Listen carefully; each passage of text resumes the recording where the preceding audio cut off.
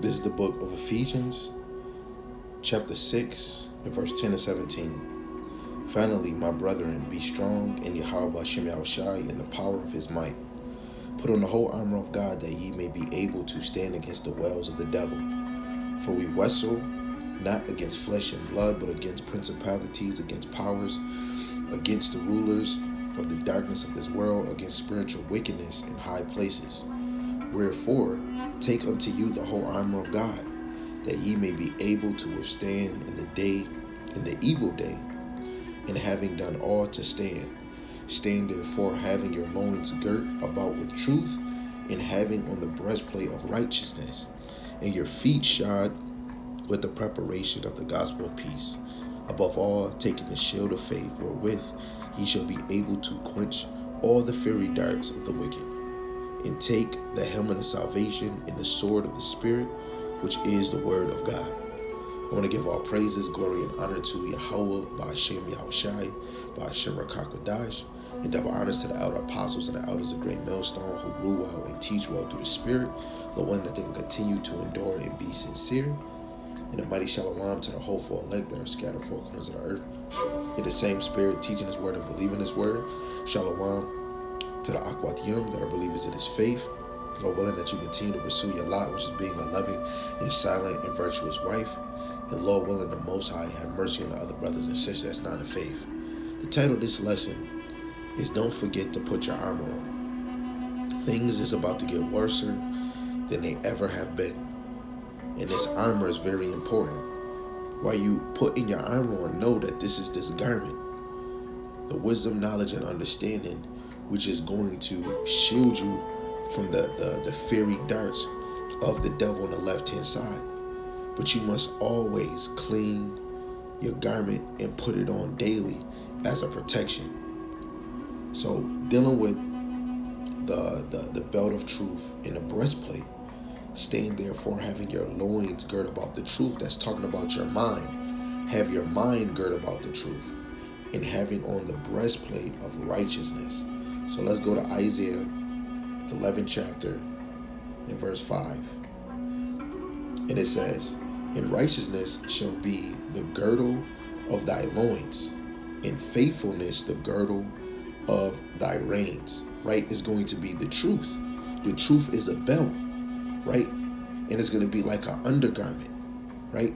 And we need to continue to have this on, because daily, if you are pursuing to be of the elect, pursuing to get beamed up, pursuing to be with the Lord, make sure that your loins is girded with the truth, right? In faithfulness, right? Because to be faithful, you have to be a supporter of the door, which is a Mashiach Yahawashi.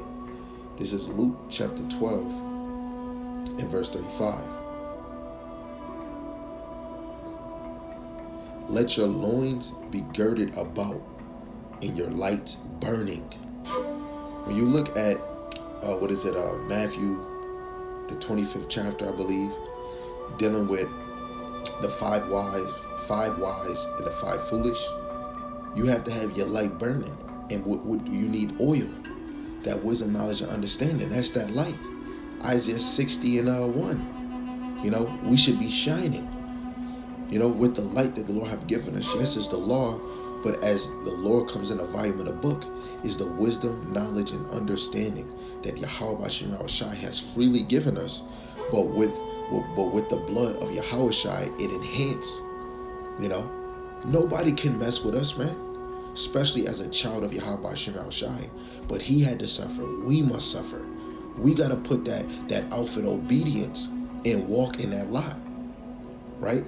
So now, gave you the sense of the belt of truth and the breastplate of righteousness. Now let's deal with the shoe of peace, and your feet shod with the preparation of the gospel of peace. First, before we get any precept, let's look up the word preparation.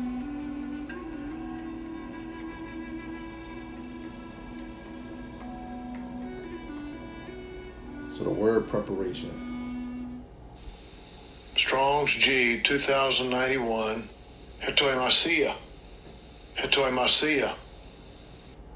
Hatoi Masia. And it means the act of preparing, the condition of a person or a thing so far forth as prepared or preparedness, readiness. So this is the act of being prepared. And if the gospel of peace, the gospel is the good news. The gospel is dealing with the kingdom. You should be prepared for what's to come. Every day, the more we grow, the more we don't want to be here. Right? Let's go to Isaiah 52 and verse 7. It says, how beautiful upon the mountains are the feet of him that bringeth forth good tidings, good news, good reports, that publisheth peace, that bringeth good tidings of good, that publisheth salvation, that saith unto Zion that God reigneth. Who's bringing forth these good tidings? The messengers, right? Because who's going to be the number one having the whole armor of the Lord? The men of the Lord, right? Who did the Lord set up, right? This is Ezekiel 34, verse 31. It says, and ye my flock, the flock of my pasture are men, and I am your power, saith Yahawashi. The Lord is using the men, right? Because the Lord put a heavy load on the men, being the head of the congregation, being the head of the household, right? Being the high priest and the teachers, and being on the front line. We have to have that truth, that breastplate, and that preparation of the gospel, right? We got to have those shoes of peace. Now let's deal with the shield of faith, and above all, taking the shield of faith, wherewith ye shall be able to quench the fiery darts of the wicked. How are we going to be able to quench it? Because you're going to know that what man can do to us is not even compared to what Yahawashi can do to us. Your faith towards Yahawashi is greater than what you might have faith unto man, right? 1 John chapter 5 verse 4, for whatsoever is born of God overcometh the world. And only the elect is going to overcome the world, because 1 John 2 and 6, we ought to walk like Yahawashi. And this is the victory that overcometh the world, even our faith, right? Our faith is going to push us. Everything that we believe in Yahawashi, even if a gun or a knife, you might spill out words. Hey, if it's the Lord will for you to kill me, hey, he's going to sanction it. But if you don't, the Lord didn't sanction it. It's not my time. Your faith is the more you grow in this thing, your faith is going to grow. So the more trouble, the more tribulations we're going to be put into, the more we're going to overcome. And our enemy is not going to understand how are we moving like this? How do we have confidence? How do we have faith like that? Right? And we must continue. Right? So now we're going to deal with the helmet of salvation and the sword of the Spirit. Verse 17, it says, and take the helmet of salvation and the sword of the Spirit, which is the word of God. Right? So let's go to 1 Thessalonians chapter 5 and verse 8. But let us who are of the day be sober, putting on the breastplate of faith and love, and for an helmet the hope of salvation. Right? You hope for what you don't see. Right? And when you that's like with some people when they doing worldly things. The 27th we going out of town. You don't see it yet, but you know that date is there, and you're gonna prepare. You're gonna save money. You're gonna have your clothes ready, have them packed, ready to go out. You're looking online for certain things that you're gonna do in that city. It's the same when we think about the kingdom. You hope that you're gonna fly. You hope that you're gonna be able to see yourself get beamed up in your family. You hope to see the glory of Hamashiach Yahawashi. You hope to see the angels. That's why with your faith you move, right?